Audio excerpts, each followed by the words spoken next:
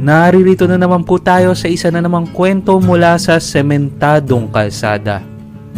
Kung magugustuhan nyo ang ating kwento ngayon, huwag kalimutan ang mag-subscribe, like, and share at mag-notify para sa mga bagong kwento.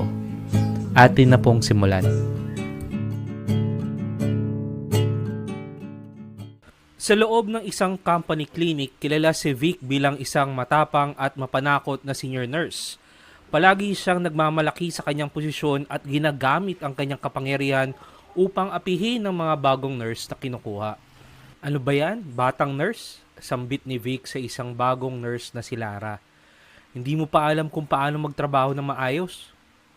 Sir Vic, hindi po ako makapag-shift ng maayos dahil lagi po akong pinagbabawalang humingi ng tulong. Reklamo ni Lara na nagtataka kung bakit palaging